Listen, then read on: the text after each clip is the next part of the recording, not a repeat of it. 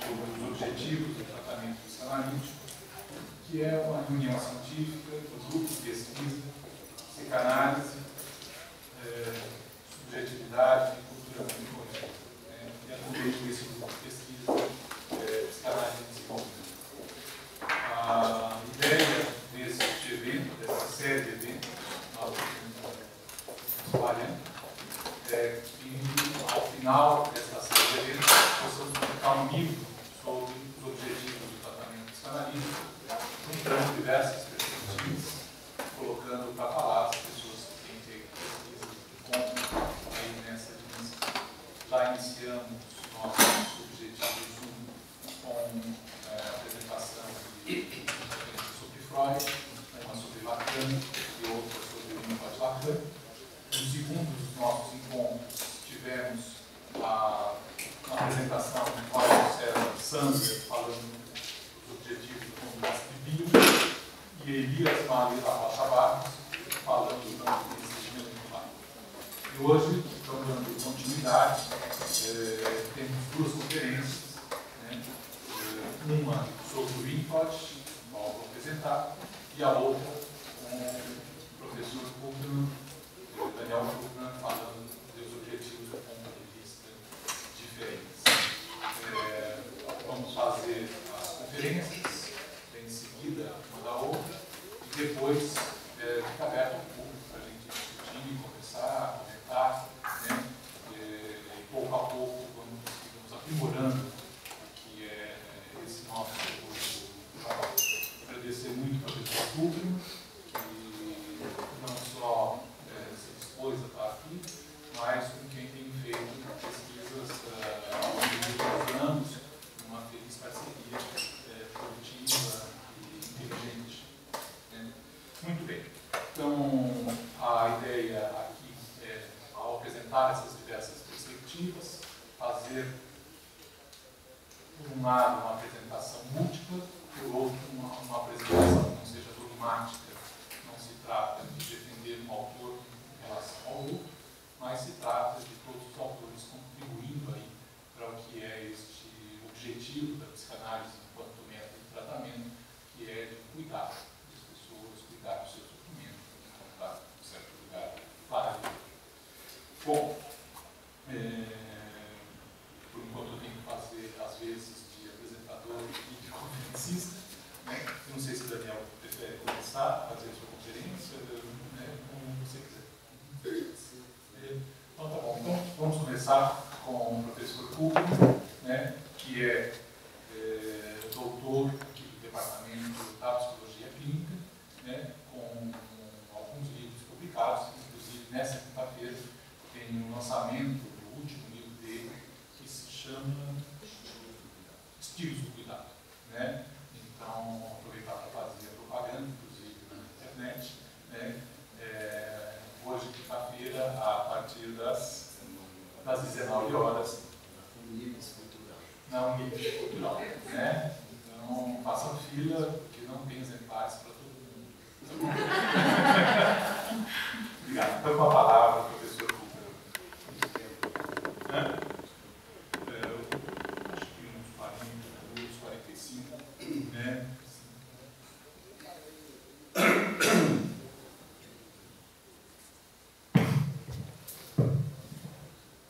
Boa tarde. Em primeiro lugar, eu queria agradecer ao professor Leopoldo Fulgêncio, que é o organizador desses eventos sobre os objetivos do tratamento psicanalítico e o organizador do livro Vindouro, né, de mesmo título, abordando o mesmo tema. Então, o que eu pretendo trazer para vocês hoje, eu achei mais interessante, inclusive, falar primeiro, não apenas por razões cronológicas, né, no sentido de que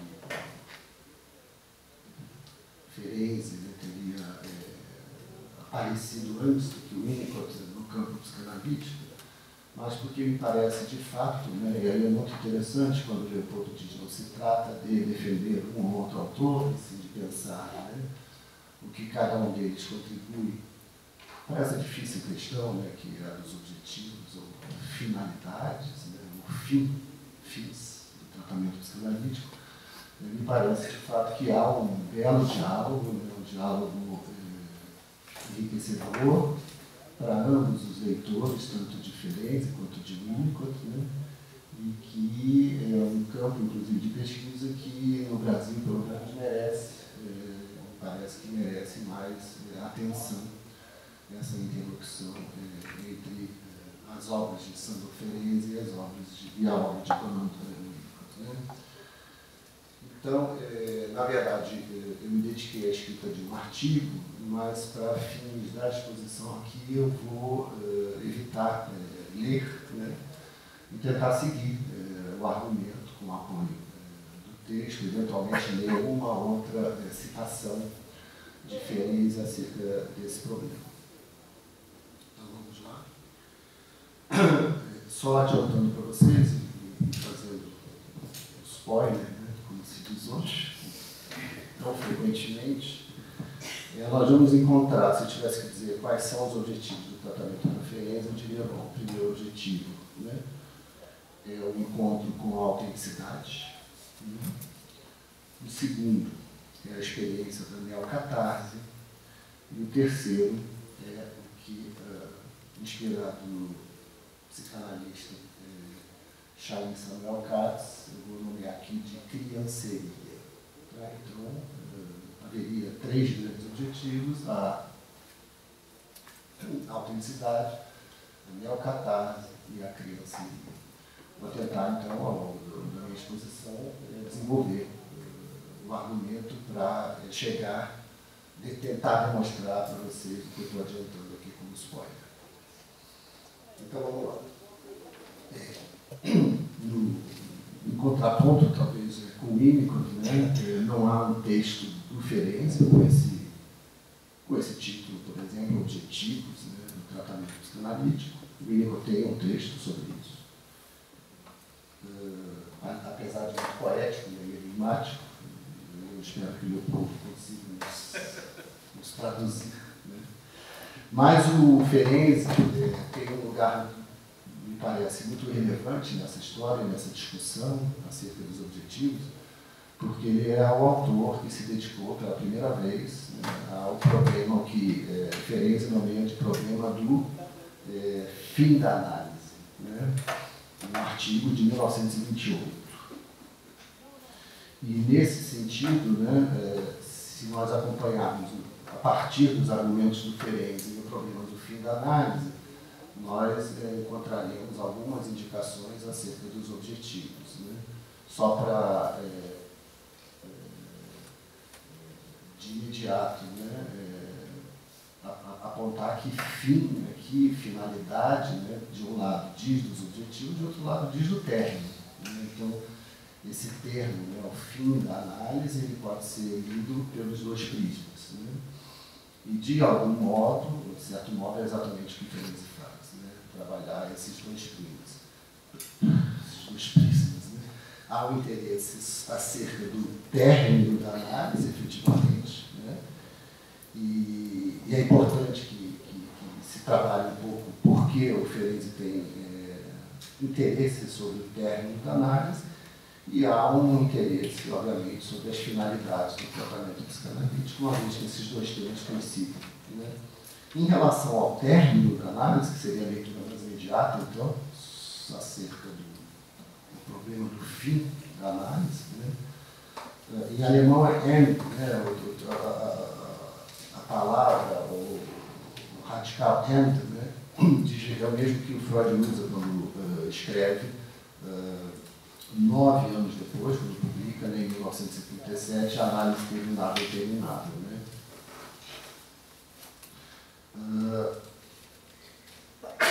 Então, bem objetivamente, né, o contexto no qual Ferenczi pensa pela primeira vez na história da psicanálise o problema do fim da análise como término diz respeito a uma espécie de desafio, né, que é, a partir das transformações clínicas que Ferenczi vinha desenvolvendo, né, a percepção de que o ato de psicanalizar exigia cada vez mais do psicanalista. Então, na verdade, quando se fala, né, quando Ferenczi fala término da análise, a ideia que emerge é a de que aquele que se propõe a ser psicanalista deveria ter atingido, né, esse termo, né, na sua própria análise, no sentido de ter desenvolvido as competências necessárias para poder analisar os outros. Né. Então, o término, o problema do fim da análise, é um problema que remete diretamente ao problema da emergência de um psicanalista. Né. No mesmo ano, né, de 1928, em outro texto chamado A Elasticidade da Técnica Psicanalítica, o Ferenczi formula o que ficou conhecido como segunda regra fundamental da psicanálise, que seria a análise do analista. Né? Então, quando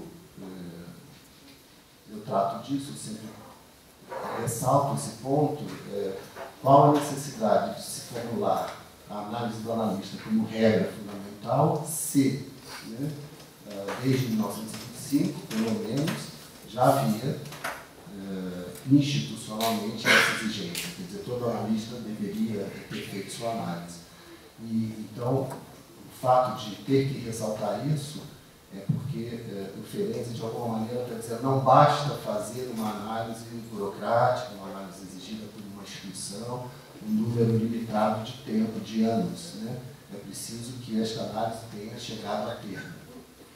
Com isso, eu já anuncio que Lacan, né, é talvez o maior herdeiro dessa discussão, né, ferenciana, quando, a partir dos anos 60, né, do seu rompimento com a Associação Psicanalítica Internacional, mais especificamente em 1967, Lacan escreve um texto chamado Proposição, de 9 de outubro de 1967, onde associa justamente, né, a condição do analista como aquele que terminou sua análise. Então, vocês veem que no campo psicanalítico, essa discussão sobre fim da análise é uma discussão que remete, de um lado, à questão terapêutica, propriamente dita, né, quais são as finalidades, quais são os objetivos do tratamento, mas também é uma questão que remete a uma problemática ética, institucional, que é a de quem é o analista, né? Ou das competências que o analista precisaria desenvolver para se oferecer como tal.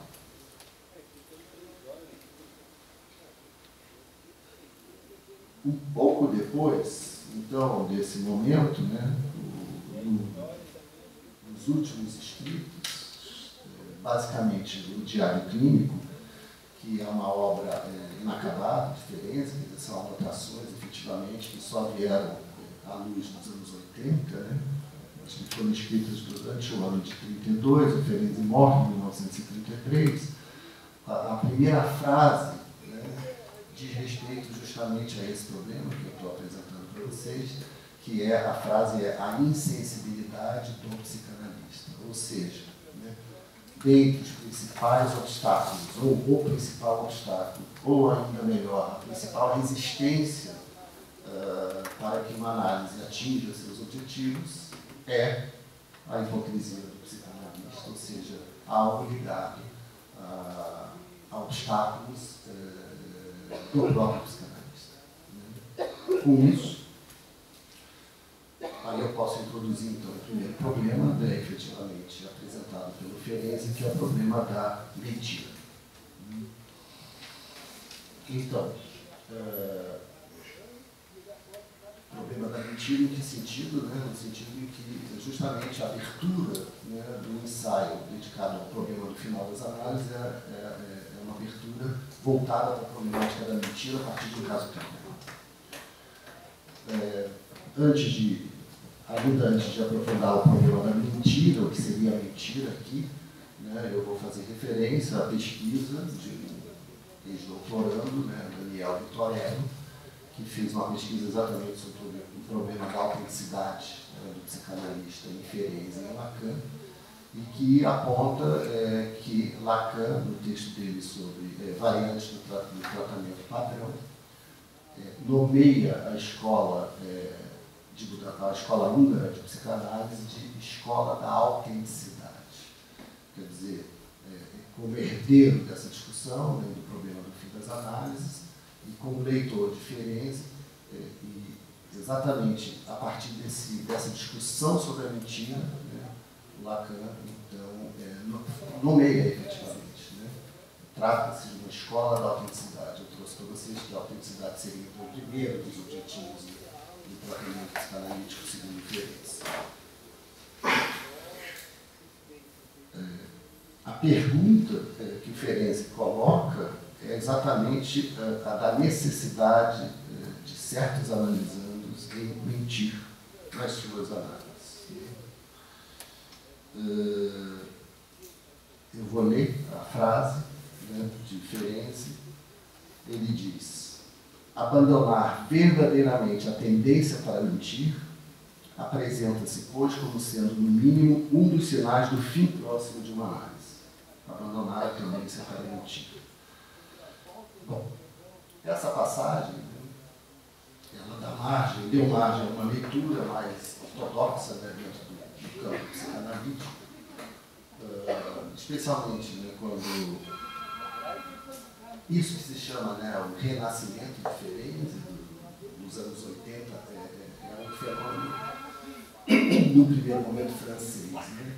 Nos primeiros textos dos franceses, e aí vocês podem imaginar, né, que esses franceses tinham uma marca muito grande do ensino de Lacan, né, são textos de muita crítica ao pensamento ferenciano. Né? E vou pegar um autor chamado Alexandre Stevens, né? Ele vai dizer, veja, né? Quando Ferenczi diz que é preciso abandonar a tendência à mentira, o que ele está apontando é que é preciso que o sujeito mude de posição frente ao seu fantasma. Né? Então, a leitura da mentira, ou seja, a mentira interpretada por vários autores, né? Elegi o Stevens, né? Que é um autor que tem um ensaio sobre o final de análise em Ferenczi, né? Publicado na revista Le Coq Héron, onde ele diz exatamente isso. Né? A mentira é o efeito do fantasma na constituição do recalcado. Né? Então, a análise teria como objetivo o desvelamento e a mudança de posição do sujeito, né, frente ao outro, como sair, né, do seu estado de desamparo, né, para Hilflosigkeit. E, de fato, né, esses autores do primeiro, os pioneiros, né, do campo psicanalítico, misturam muitos termos. Né? Então, tem uma passagem do próprio Ferenczi que dá margem, que dá subsídio a essa afirmação do Stevens. Né? O Ferenczi diz, por exemplo, aquilo a que, segundo os princípios da moral e da realidade, chamamos mentira, na criança e na patologia, tem o nome de fantasia. Então, se você tomar isso literalmente, você vai dizer que a mentira, né, é o efeito do fantasma sobre o sujeito.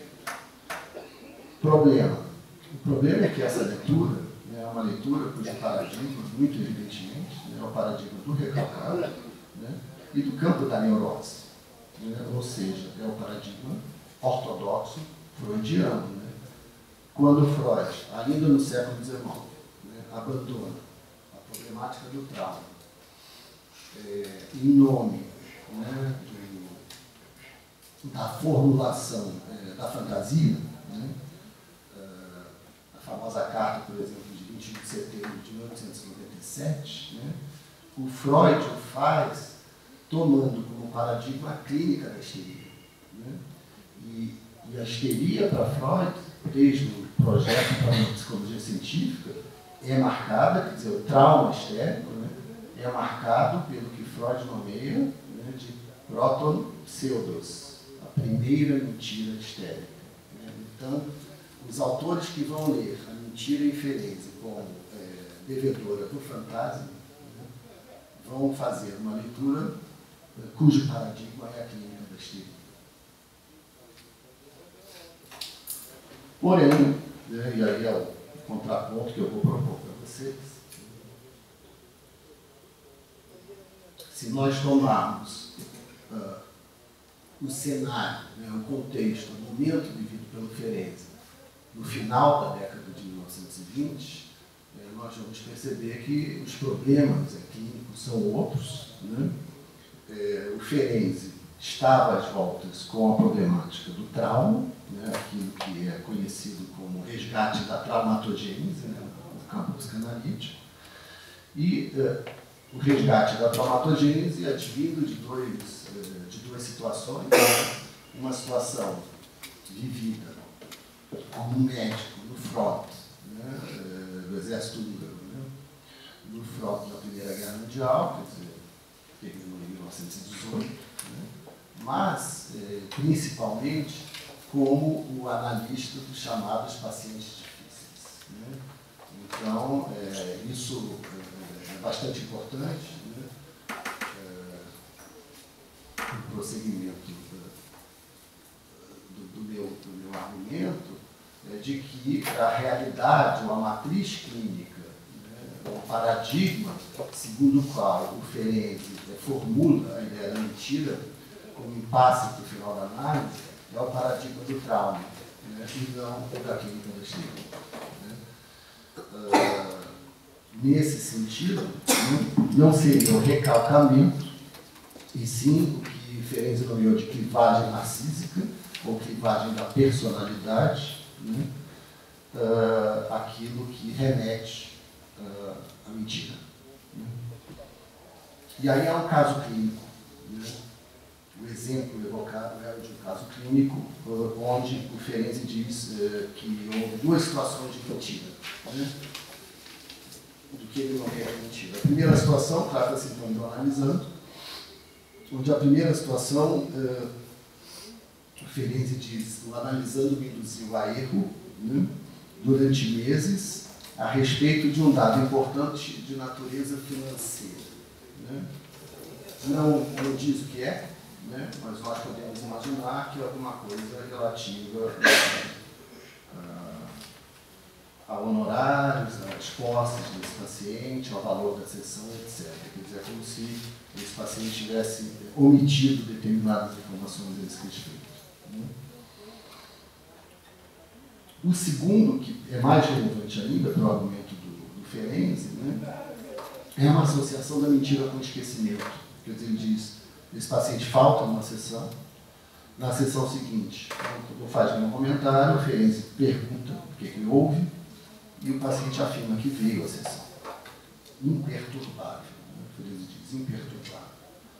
O Ferenczi diz, bom, veio, diz que veio, né? E começa a discutir com o paciente o que se trata, do que acontece, até que chega a uma determinada situação onde o paciente relata que nesse dia, que ele falta a sessão, ele se embriagou, né? E que todos os eventos daquele dia foram esquecidos, junto com a falta de sessão.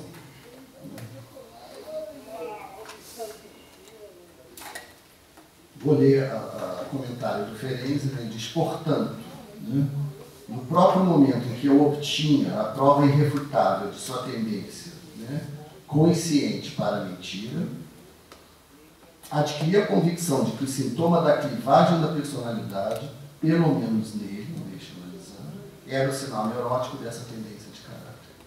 Então é como se tivesse uma tendência, né, consciente, por exemplo, eu omitir uma determinada informação sobre o dinheiro, né, e ao mesmo tempo esse tipo de dissociação, né, apresentada no fenômeno da falta da sessão.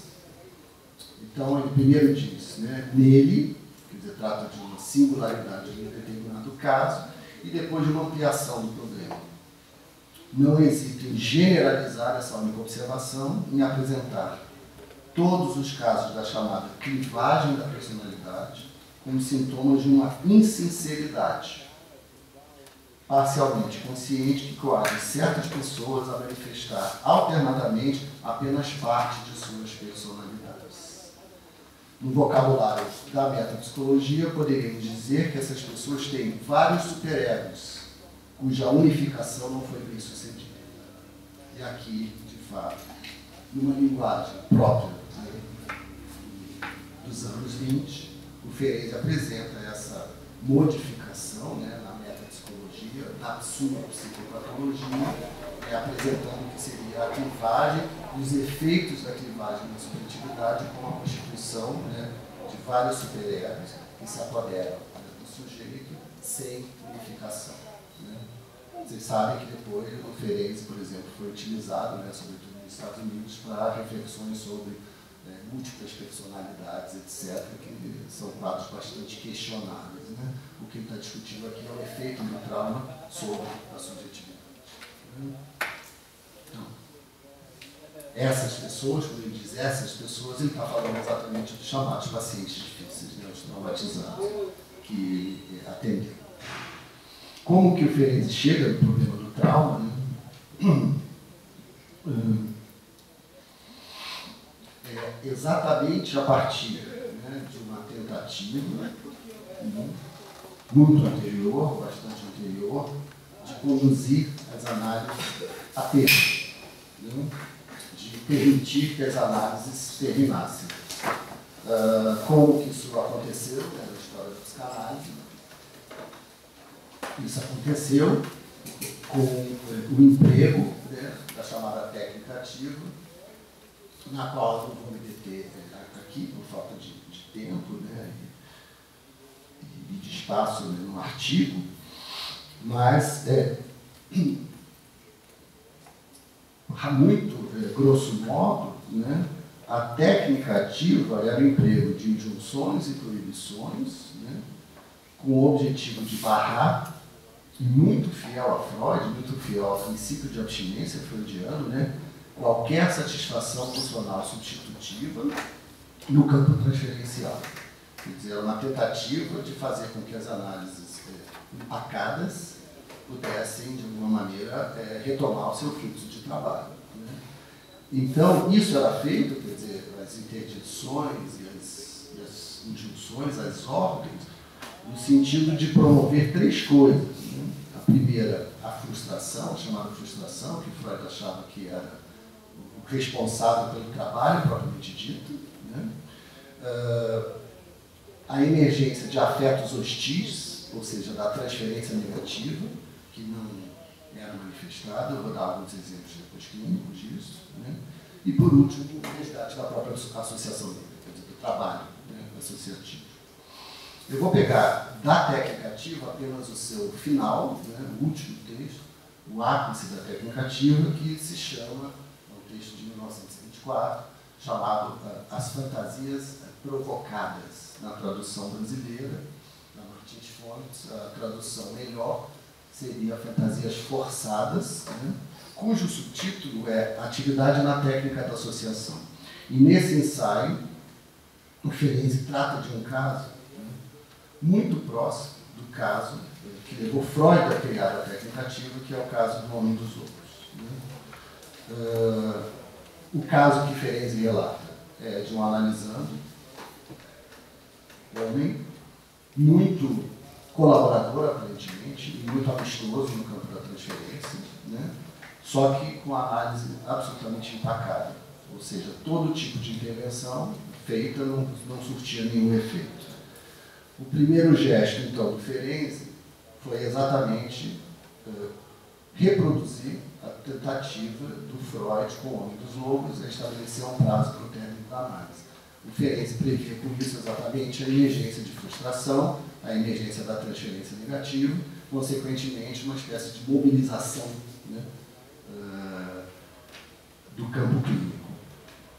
Para sua surpresa, o efeito foi nenhum, né, apenas o analisando continuou, agradecendo muito e sendo muito amistoso, e aí o Ferenczi, então, começa o que ele chamou de atividade na técnica da associação, a, de alguma maneira, de tentar incitar e despertar fantasias agressivas em relação à sua figura humanista. Né? Até que emerge, então, uma fantasia, uma cena sexual de caráter sadomasoquista, onde esse analisando estaria possuindo o seu próprio analista. Né? Eu não vou aprofundar isso, eu só vou tentar trabalhar o motivo que leva o Ferenczi, então, ao abandono da técnica ativa por se deparar com um fenômeno traumático. Né? Esta cena, quer dizer, uma cena sexual, de caráter aparentemente sádico, onde o analisando possui o analista, né? Na verdade, ela acaba representando uma cena, né, masoquista, onde esse analisando é colocado no lugar de objeto. Por quê? Porque ele atende às injunções, à incitação, à provocação, né, do Ferenczi, do seu analista, para que tivesse fantasias agressivas, né? Então, como o Ferenczi percebe, na verdade, né, que assim como o Homem dos Lobos deu a Freud o sonho dos lobos da Nogueira, quando Freud estabeleceu um prazo para o término do tratamento, e Freud diz que o efeito foi incrível, próximo do efeito hipnótico, né, o Ferenczi percebe que essa fantasia aparentemente sádica era, na verdade, uma fantasia masoquista, né? Ou seja, era mais importante para ele perceber que na transferência o analisando continua ocupando um lugar de objeto, né, do que um lugar masoquista, né, do que efetivamente valorizar o conteúdo daquilo que foi trazido, né? Uma espécie de torção do Ferenczi nesse sentido, de uma escuta do campo transferencial mais privilegiada do que a escuta do campo, do que seria o chamado campo do recalcado, né, ou da emergência do recalcado. Então veja, né, essa percepção é importante, porque se nós fizermos, né, só para concluir essa parte mais histórica, né, um retorno, né, aos efeitos do caso do Homem dos Lobos do Freud, o relato do próprio Freud é que ele volta, né, após a Segunda Guerra, após a Primeira Guerra, em 1919 para Viena, o Homem dos Lobos, para tratar da transferência de restos transferenciais, né, não resolvidos. E, né, a segunda analista afirma, né, que o paciente não conseguiu se livrar nem do receio de uma existência autônoma, nem da fixação ao pai, né, com a análise anteriormente feita com Freud. Né? Há aí uma referência importante, né, eu vou ser literal, importante porque vem depois apresentado como neocatase. Né? A analista Ruth Brunzig, analista do Homem dos Lobos, diz, né, nós podemos, enquanto analistas, estar de plena posse dos fatos biográficos da doença, mas não podemos saber em que medida o doente precisa retrabalhar seu material para poder curar-se. E aí, né, a referência é a da perlaboração. Né? Uma coisa é o desvelamento dos conteúdos recalcados, outra coisa é o trabalho, né, da perlaboração que se dá no campo da transferência, no campo transferencial. Então, nesse sentido, a técnica ativa sai pela culatra, é um tiro que efetivamente sai pela culatra, e o que o Ferenczi percebe é que determinados analisandos, né, não apresentam enorme dificuldade de abandonar uma posição, né, de objeto frente tanto ao analista, né, quanto a determinadas figuras da sua própria história. Ou seja, é como se esses analisandos tivessem muita dificuldade de efetivamente livrarem-se dos objetos persecutórios a eles. E aí, encaminhando, né, essa discussão, exatamente a problemática do trauma para a Ferenczi é que permite que a gente pense a dimensão da mentira do outro. Engraçado porque, de fato, eu nomeei esse tópico de o trauma e sua clausura, né, porque a mentira do outro, para a Ferenczi, causa uma espécie de encerramento, né, de aprisionamento subjetivo. Então,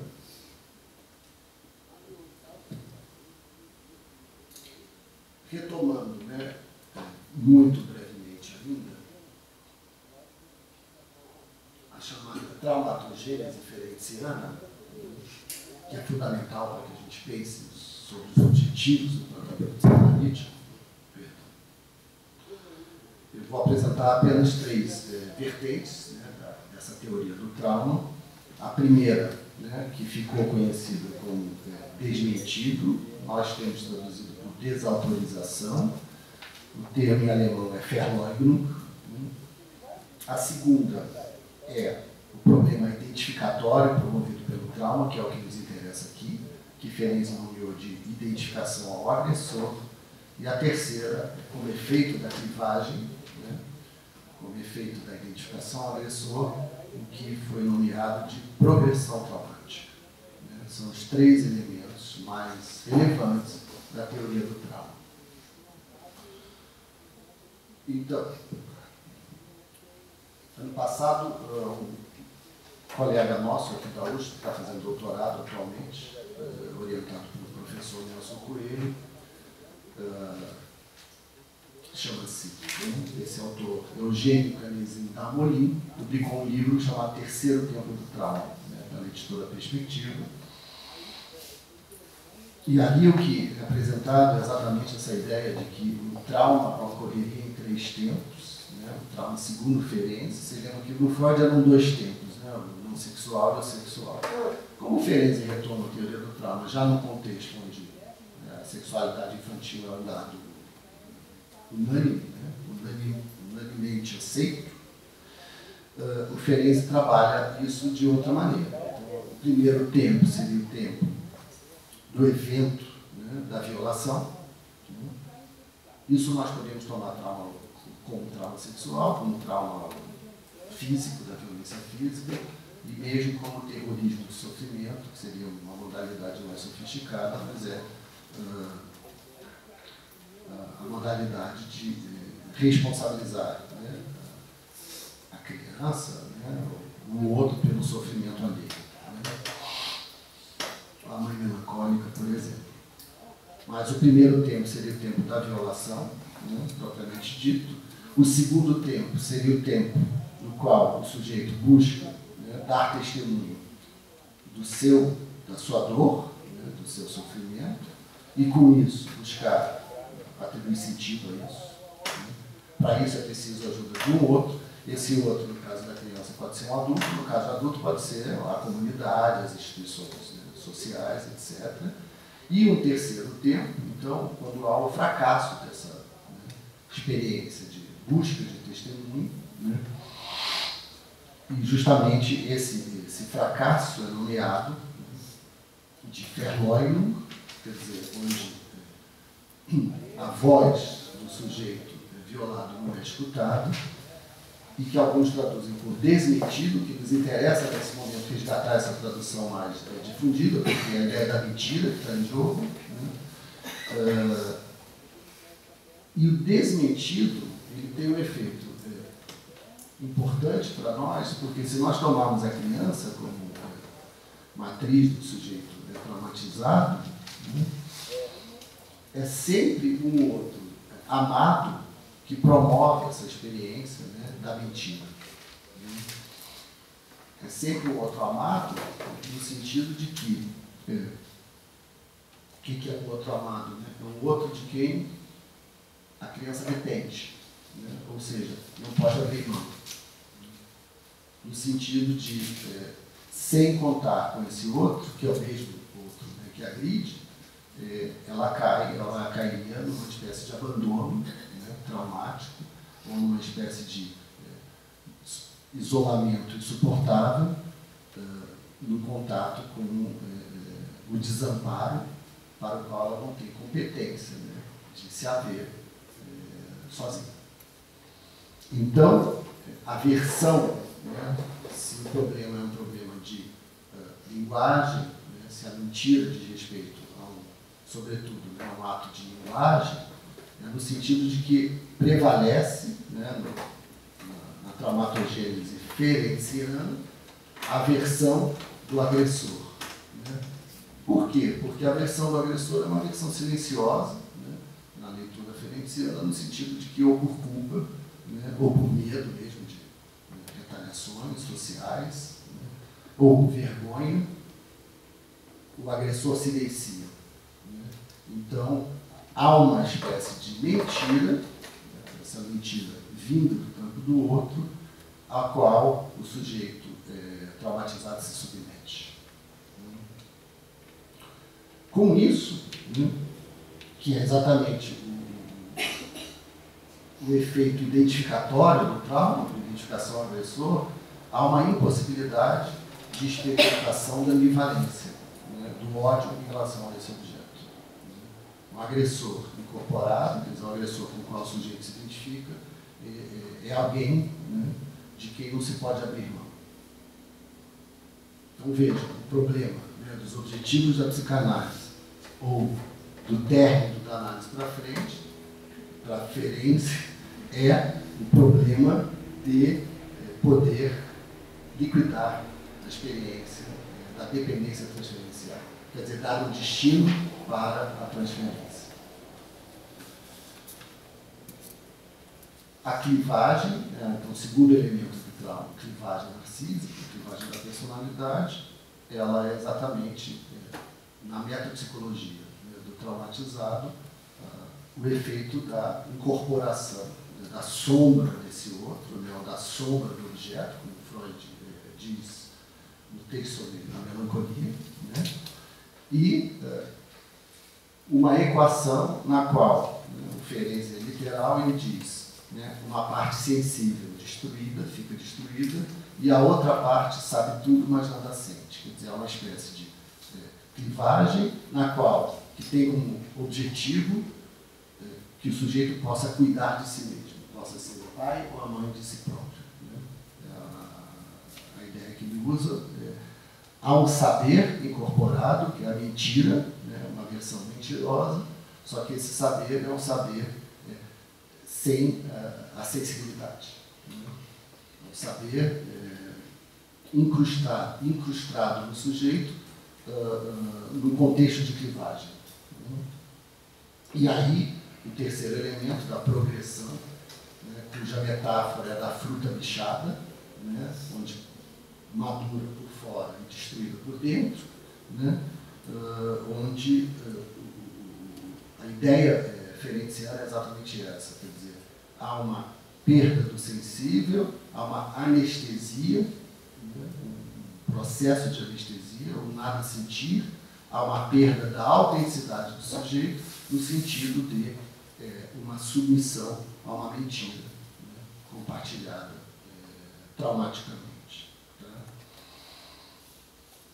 Isso é o quadro, se nós fizermos uma espécie de cotejamento com aquilo que o Freud ia pensando no final dos anos 20, né, essa posição subjetiva, ela se aproxima do masoquismo, né, com a diferença de que o masoquismo, para Ferenczi, não é exatamente a evitação do desamparo, né?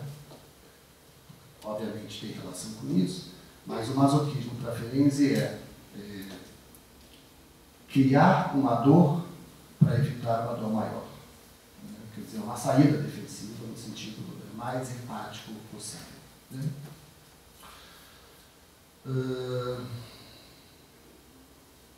Acho que vou passar uns 5 minutos. Tá bom?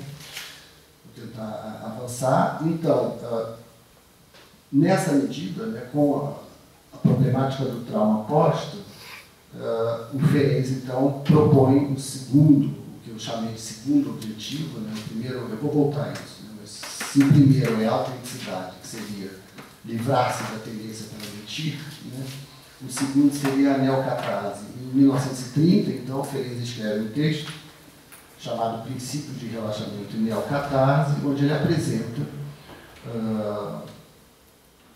aquilo que pode ser considerado o estilo clínico acabado, né, do Ferenczi, quer dizer, aquilo que ele propõe como modificações na clínica psicanalítica em relação à clínica freudiana, né, a técnica clássica, sobre o signo dessa neocatarse. Há um caso clínico, mais um, que é muito ilustrativo do problema, né, que é bastante diferente, que mostra bem a diferença entre, né, tanto o manejo clínico por Freud do caso do Homem dos Lobos, quanto o manejo clínico, né, por Ferenczi do caso do analisando, no qual ele incita, ele provoca fantasias agressivas. Né? Então, aqui ele relata um caso onde ele diz, após, né, 2 anos de um duro, um árduo trabalho com a resistência, né, e de o analista se oferecer como destinatário da transferência hostil, negativa, né, esta analisanda diz para ele, depois desse período, né, agora que o amo, posso renunciar a você. Nesse sentido, né, a ideia da clausura do trauma, né, o que Ferenczi formula é que o ódio, né, sem expressão, é o maior meio de fixação e de colagem, né, em relação a um objeto do qual o sujeito não pode se livrar, que se torna, então, um objeto persecutório. Quer dizer, a clínica ferenciana, então, a clínica da neocatarse, seria a clínica, né, de um lado, da repetição e, de outro lado, da transferência negativa, que, como vocês sabem, né, o Freud formula, claro, a repetição na clínica, em 1914, né, lembrar, repetir e elaborar, e transferência negativa sempre foi uma dificuldade. Né? O Freud sempre considerou a transferência negativa um meio de resistência à análise, né? De difícil manejo. E o Ferenczi, então, quando começa a propor uma clínica elástica, a ideia de elasticidade da técnica, utiliza-se de uma outra analogia, né? E essa analogia é a do boneco do João Teimoso, né? João Teimoso, aquele brinquedo infantil. Antes do iPad tinha brinquedo, tá, pessoal? Só para vocês saberem. Né? Mas é aquele boneco que você bate e ele inclina e volta. Né? Onde ele diz, né? Se não só nos protegermos, né? Melhor, se não nos protegermos, né? Apenas, mas também encorajarmos o paciente, né, já bastante inibido, né, colheremos mais cedo ou mais tarde a recompensa bem merecida dessa paciência, o termo é esse, né, sob a forma de uma nascente transferência positiva.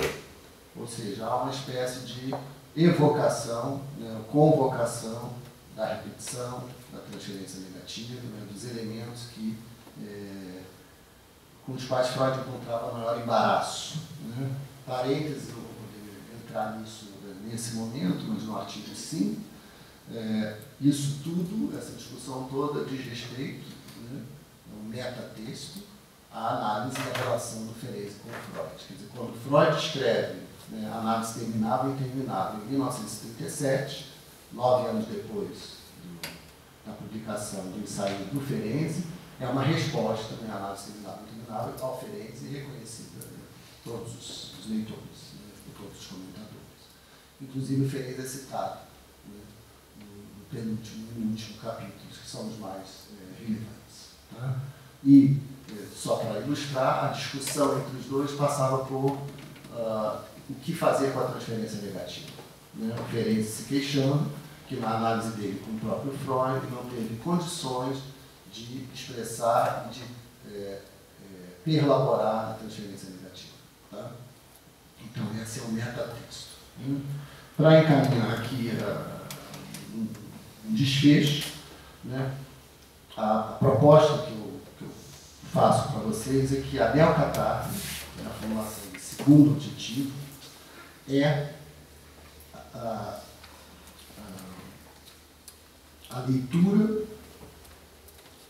que o Ferenczi faz, né, dos impasses clínicos freudianos, apresentados em Recordar, Repetir e Elaborar. Eu estou usando a tradução da Editora Autêntica, né, que acabou de sair mês passado, em maio, um volume sobre os escritos técnicos de Freud, e a tradução que a Autêntica fez, com a supervisão dos professores, né, o Gilson Iannini e o Pedro Eliodoro, foi Lembrar, Repetir, Perlaborar. Né?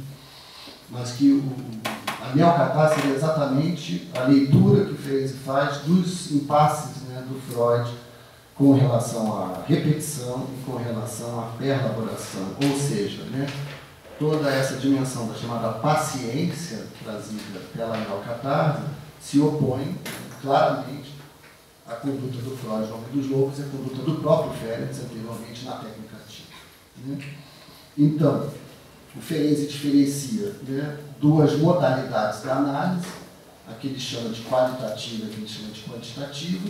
A qualitativa seria o principal objetivo para Freud, que é o desvelamento do recalcado, ou seja, né, dos conflitos tópico-dinâmicos do aparelho psíquico.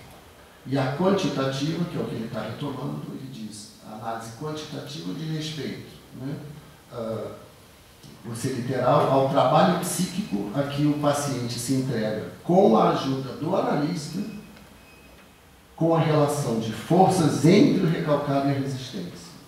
Ou seja, a referência aqui é a terceira das dimensões técnicas, vou lembrar, repetir, né? A terceira, o perlaborar, a perlaboração de respeito, então, ao jogo dos afetos, ao jogo compartilhado dos afetos, quer dizer, a ajuda do analista. Né?